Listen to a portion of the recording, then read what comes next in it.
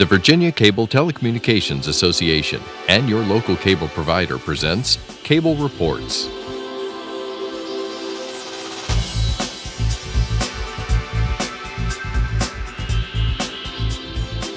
Join us now as Cable Reports brings you up to date on current issues facing the Commonwealth through discussions with your local legislators and other policymakers from across Virginia. Welcome from the General Assembly and the City of Richmond. I'm Woody Evans for Cable Reports and Cox Communications. And a very warm welcome to three special guests this morning. Delegate Barry Knight, good to see you, sir. Glad to be here, Woody. Delegate John Cosgrove, good to see you again. Thanks, Woody. And Delegate Chris Jones, how are you, sir? Good morning. Doing well, thank you. Lots of things going on. I think it was a week ago today, the 45-day short session of the 2013 General Assembly began.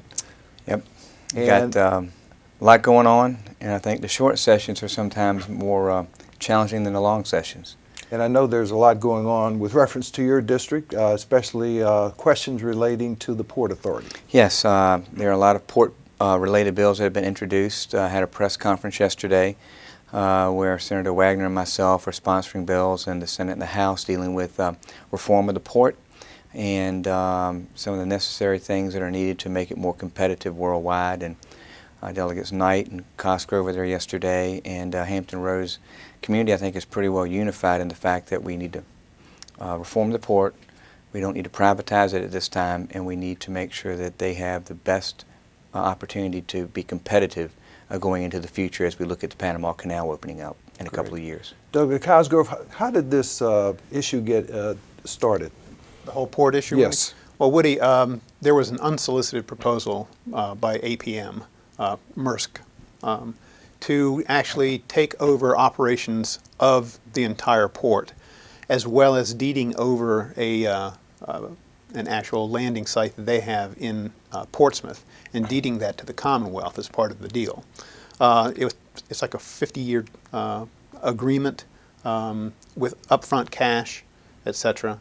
But we have to look extremely carefully at that long of a commitment, especially since we just did one with the Midtown Downtown Tunnel. Right. That was not very well received in a lot of ways. We need to be very careful how we approach that port deal. The port is vital to the economy of the Commonwealth. It's responsible for 1 out of every 8 jobs in the Commonwealth. That many? That many. So we've got to take an extraordinarily close look at all of these proposals. And Delegate Knight, a huge economic driver, obviously, the whole port question. It is, and I'm very pleased that we actually had a reevaluation of the port, because all of us businessmen, sometimes we tend to get complacent after, say, 30 years or so, and we've had a reevaluation of the ports. We've had a JLARC study come in, and the JLARC study said that basically things maybe are doing a little better than we expected now, with maybe an uptick in the economy, but we found some things maybe weren't being done right, and we know how to fix those.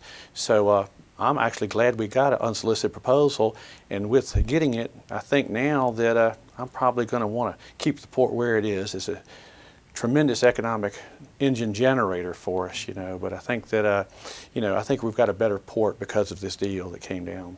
So that unsolicited proposal resulted in other bids then? It did. We had a couple more bids that came in. A couple fell out and a couple more came back in, but it's such a, we're talking billions of dollars over 35 or 40 years, and it takes some investment banks and some large conglomerates to put a bid in. And bids like this, you don't jump into it blindly. It takes a little while, so, you don't need such a short time frame, which is what my colleagues here have really been trying to stress, is we need to give this more time. And Delegate Cosgrove, you mentioned the controversy around the other public-private partnerships. I know there were complaints from citizens that they had little, if any, say. Will this process afford people in your district, for example, to comment on these proposals, or how will that work? I think the dialogue is going on now. There have been public meetings, etc., on the privatization of the port. To be honest with you, Woody, I really haven't heard much of anybody that's actually in support of privatizing our port. And that includes shipping lines, trucking lines. Anybody that really does business with the port maybe with the exception of APM. And if I could follow up on that, the bill itself will do exactly what Barry was saying. It's actually going to direct them in the second enactment clause to go in, they being VPA, the Virginia Port Authority, to go in and address the concerns that were raised in the JLARC study about duplicative salaries, services, to further streamline that whole process, because Virginia International Terminals operates the port for VPA. That was established in, 1981, I believe. And so with Joe Dordos announcing yesterday he's stepping down, making the official announcement today, that gives the authority an opportunity to really go in and reorganize the top-level executive salaries that are being, money's being spent on that now. And so we think it's the time to do this. And what the bill would actually do is say that you could not receive an unsolicited proposal to privatize the port. What should occur in a natural course of business is the board of directors, the VPA, saying, okay, we have cut our costs, we've gotten to the, where we think we're running as efficiently as we can. What is our vision for the Port of Virginia? Then they could go out and then solicit what they would like to have happen to the port itself. And that's the way it should work, not the tail wagging the dog, but them, prospectively saying, after doing a lot of soul searching as to where they can integrate and get more of a vertical integration of their services, to say this is what we need to do for Virginia to increase volume and to increase profitability and really to be that driver of our economy. What's the status of the Midtown Downtown Tunnel public-private partnership? Because I know there was quite a controversy. You were intimately involved in that. Quite a controversy with that, I would agree.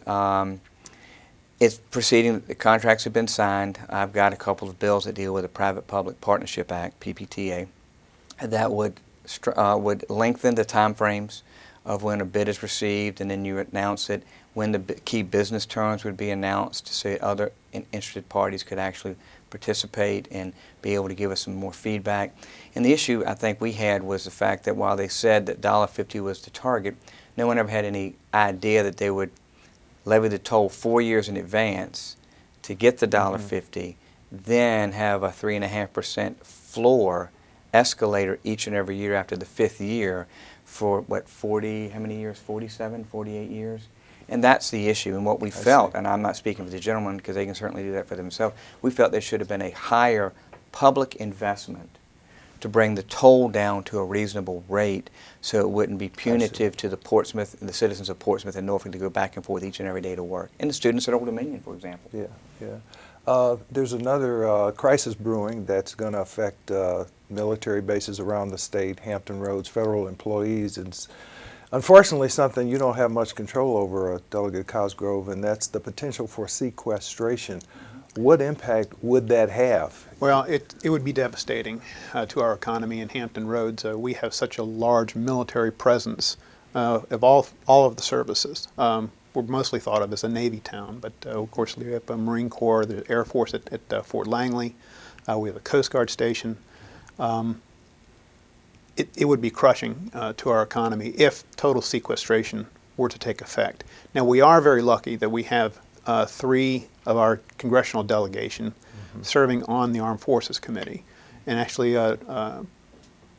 that's, I think, critical. They will always keep a very close eye on all of that. Do I really think sequestration is going to happen? I just hope and pray not. There's going to have to be some cutbacks.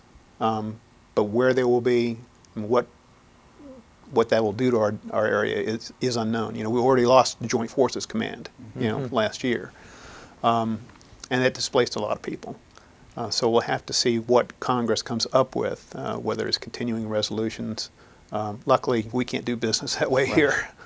But I think it would be devastating to our economy. Right. And Delegate Knight, are you hearing from people about that issue? Well, I am, in the Chesapeake area down here when we had where Oceana was slated to be taken away from BRAC, and we recognized that about 30-some% of the folks that work at Oceana live in Chesapeake. We took measures, drastic measures, and as you know now, the city of Virginia Beach puts in $7.5 million, and the state puts in $7.5 million to try to keep encroachment from coming around, because we recognize what a valuable asset for the whole area, not just where it's located, but for Chesapeake, in Virginia Beach. So actually I'm putting in legislation this year to permissively let any locality allow a military liaison there so they can look at all zoning issues. Now, we already do that in Chesapeake, but we'd like that other localities to recognize the economic engine that we have in Virginia, which is why we didn't go into a recession, was because of the military, particularly in the Hampton Roads area.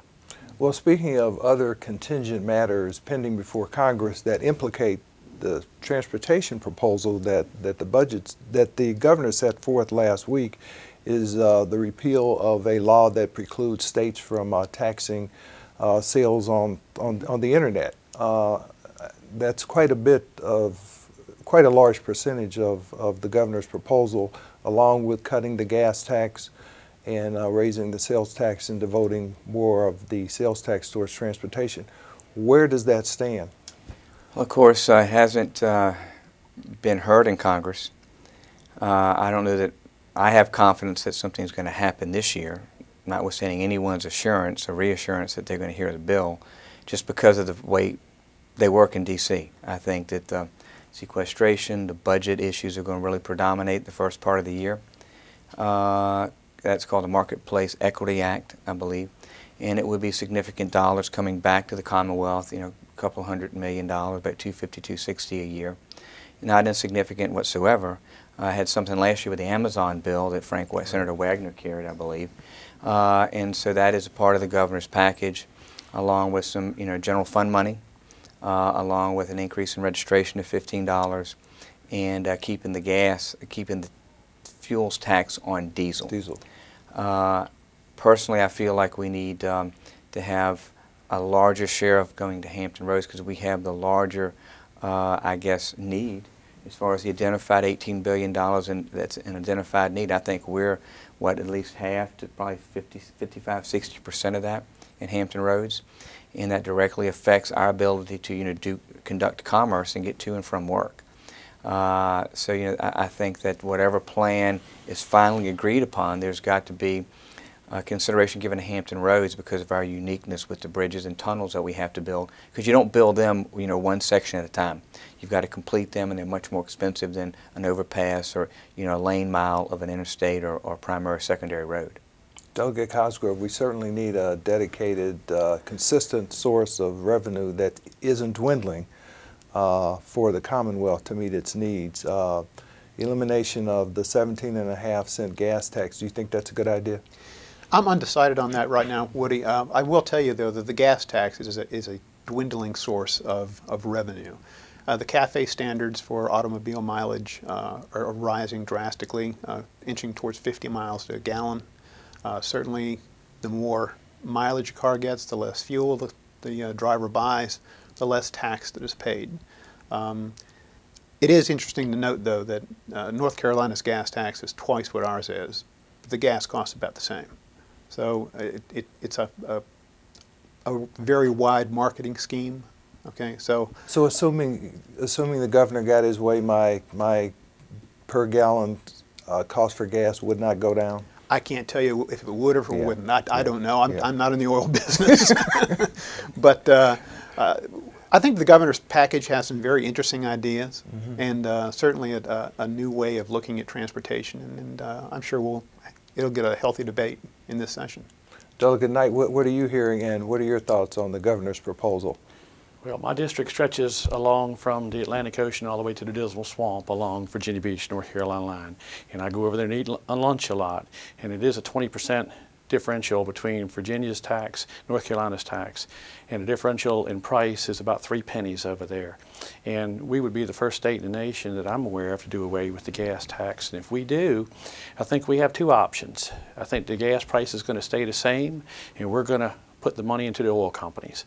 I would rather, for the citizens of Virginia, if we're going to pay the same price, for it to go to roads, because I think the oil companies are going to pocket the money. And of course, transportation is critical to our economy. It's the way we keep businesses, attract new ones. It's the way that small businesses thrive. So something has to be done. It does have to be done. And, if the General Assembly, I guess, we probably weren't here when it happened, but if we'd indexed the gas tax, we wouldn't have this problem now, because the sales tax is indexed because it's a percentage. Right. So what we're doing is we're basically starting out neutral now, and in a few years, by indexing, which the sales tax does, is that's where it's going to get the revenue. So if we'd indexed the gas tax, you know, but Delegate Cosgrove is right. It is a regressive tax, the gas tax now, because we're getting better cafe standards, we have electric cars, and the governor's package has some good components in it about the titling in there, and then taxing some of these cars that don't pay the gas tax, these electric vehicles. And there's some concern that we will no longer be taxing non-residents of the state, thereby losing about, what, 20 to 30% of the revenue that comes in. I suppose the hope is that these people will stop, shop at our retail facilities and make up the difference. I would assume that's the case. I've certainly heard that from those I've seen in the store and those who have shared their concerns with me. I'm not sure getting rid of the gas tax makes sense because there's a nexus of a user fee there. I think indexing does make sense. I think you've got to have enough money going in to fix the crossover from construction to maintenance, which is between $350 and $500 million a year, and then have a robust enough capital program, i.e. dollars to be able to build the roads that are necessary. And that's where I think it's very problematic for us, potentially in Hampton Roads, because let's say if we did $1 billion, we would only get about $230 million given the formula. And if you look at the third crossing, 64 on the peninsula, the high-rise bridge, which Delegate Cosgrove has a budget amendment on that, I believe $5 million we've all signed on to. I mean, you're in probably what we're at 8, 10, 12 billion dollars right there with the B. And to do that debt service, you know, that wouldn't even probably build, you know, 1/2 or a quarter of one of those projects without having some tolls. So what I'm after is a comprehensive solution that addresses our needs for the next generation at the end of the day. So, Delegate, go ahead, Delegate. Well, what I was going to say that the Route 104 road in Chesapeake, Dominion Boulevard, is now under construction. It's going to be a toll facility, replacing the steel bridge with a 95-foot bridge, and Delegate Knight really had a lot to do with getting everybody to the table and finally coming to some closure on that. But Chesapeake already has 3 toll facilities, 2 that are actually owned by the city of Chesapeake and another private facility, the Jordan Bridge. So we're already paying some tolls in Chesapeake in order to get our roads done. We've had to do that using city money and bonded money. And the state actually did kick in out of the infrastructure bank $150 million. To help Chesapeake build that second toll road, okay? But we just can't toll every road in Hampton Roads. Right, right. And to some extent, this becomes a public safety issue because those tunnels from time to time, if there's heavy rain, tend to flood. Well, that's true, and that's one reason that Delegate Cosgrove put in the budget amendment for the high-rise bridge, and Delegate Jones and myself put it in because we know when we're trying to get out of town, 64 is going to be a log jam. But we also understand hurricanes are going to happen in the summertime, and we have to evacuate the Outer Banks. And if we get this new 460 route in there, we have to get the people to the 460. And this is where our bottleneck's going to be. And this bridge will be, believe it or not, cheaper to build than a tunnel. It's going to be very expensive. But if we can get this $5 million budget amendment through there to get this economic impact study or survey in, then the ball tends to get rolling because we never saw it coming where the federal administration said we'll fund some shovel-ready projects, but we need to get some projects shovel-ready in case, you know, we do find some money to go. And speaking of other issues that will have huge economic consequences to the state is the issue of the potential for lifting the moratorium on uranium mining. To what extent does that affect the districts that you represent? I'll start with you. Well, I mean, we're certainly, you know, we're downstream, and I think there's certainly a concern with Lake Gaston and the tributaries that dump into and those reservoirs in the city of Suffolk. And there's, you know, some concern there. If any contamination were to occur, what would that do to the quote-unquote, you know, ability to deliver, you know, water to the greater Hampton Roads area? So I think there's certainly a real issue there. What I'd like to talk about when we get done with this is maybe the Medicaid expansion. Absolutely. I think that's a big issue that we've got to deal with as well. But John's been very much, I think, involved with some of that, having traveled and looked at the science and technology more than I have. Talk to us a little bit about that, actually John. did. I went over to France and looked at a reclaimed uranium mine, and then also looked at a reclamation facility that actually reuses existing rods. That's a whole different technology. Right. That's not what we're talking about here. But I've expressed my opposition to lifting the ban on uranium mining. Just if there is any chance at all that it can contaminate Chesapeake, Virginia Beach water supply, which comes from Lake Gaston, which is shortly downstream from where this mine would happen. There's just no way that I can support taking that type of chance with something we have to live. Sure, sure. Delegate Knight, what are you hearing? Well, what I'm hearing is I've actually checked some of these reclamation sites also, and I like to base things, if I can, on science. And initially, when we came to this study, there was some misinformation that came out. Now the information is getting fleshed out. Because of the opposition, they're saying they're going to put the uranium tailings underground. It looks like it's a 1 in 10 million chance, so statistically it's a 0. And I like to base things on science, but we have Virginia Beach and Chesapeake. We have a tourist trade down here. We have an economic engine, and sometimes perception tends to be reality. And if the perception is that we could possibly have some contamination of our water, and we had some tourists that didn't want to come because of that, or some businesses didn't want to come, then that perception does translate to reality. So I'm still undecided right now, because I want to see if the science is going to continue on, and we can do it with beyond a shadow of a doubt, but I'm not there yet. Okay. Medicaid expansion, huge issue, hits the budget. Big time. We've got, you know, we were all surprised, I think, last year when the Supreme Court ruled. We thought that they would get rid of the individual mandate, and we thought we would be, quote unquote, not stuck, but we'd be, you know, we wouldn't have any choice on the Medicaid expansion. Of course, you know what they did, and now we have an option, and that we, states, can decide if we want to expand Medicaid or not. John O'Bannon, who is from Richmond, has an amendment, which I'm a co-patron on, which will look to work to reform Medicaid, ask for a waiver from the federal government for Medicaid, so we could take that population that is currently not served but is Medicaid eligible under the new law, that we can reform how we would deliver the services to them, so we can try to make it act more like the private sector and make sure that those benefits do not exceed what you see in the private sector. Because we'd have to go to 138% of poverty when we expand it. It's either all or none.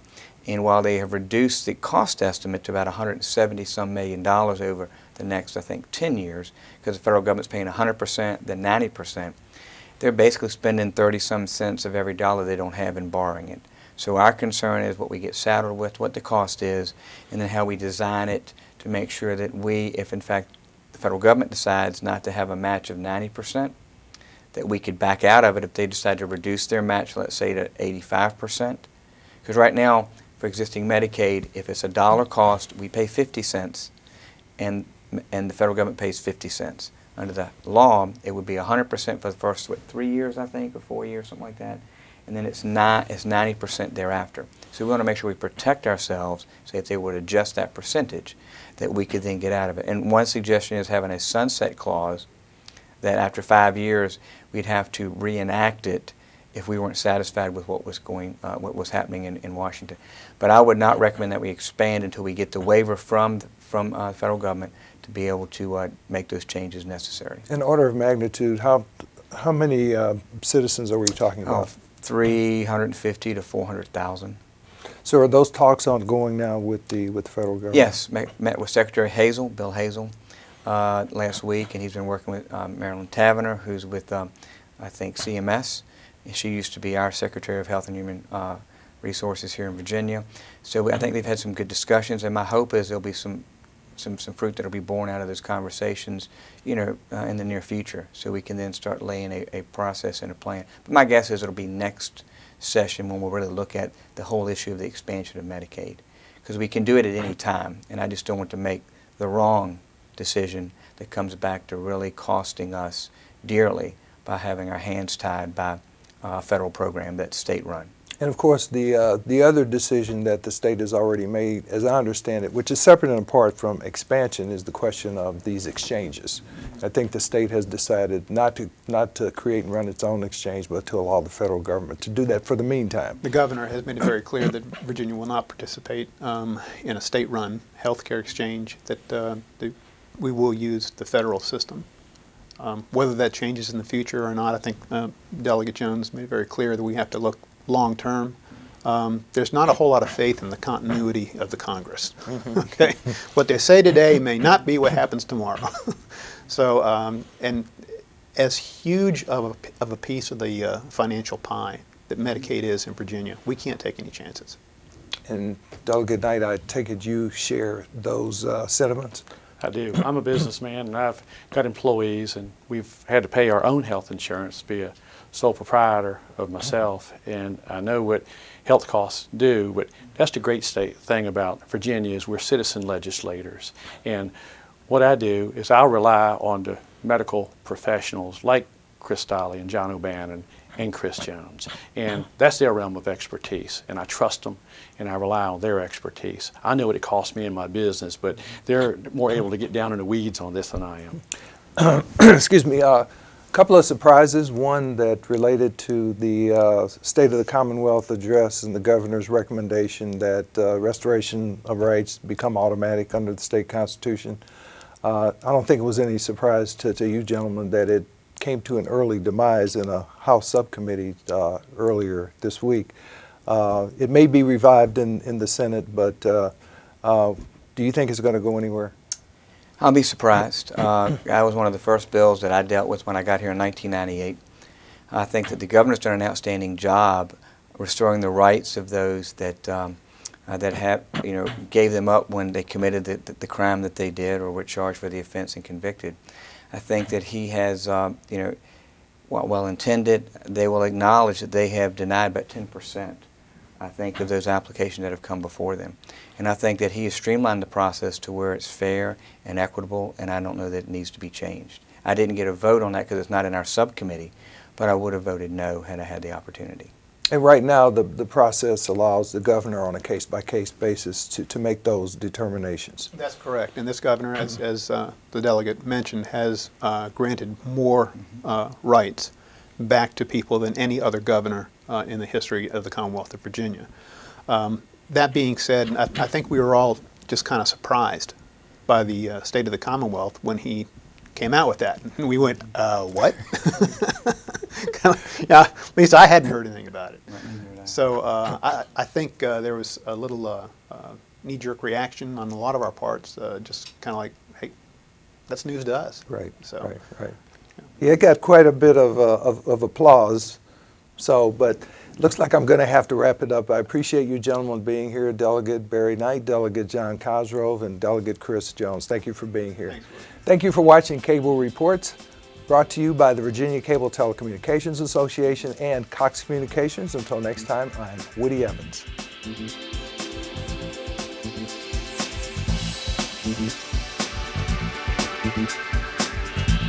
Mm-hmm.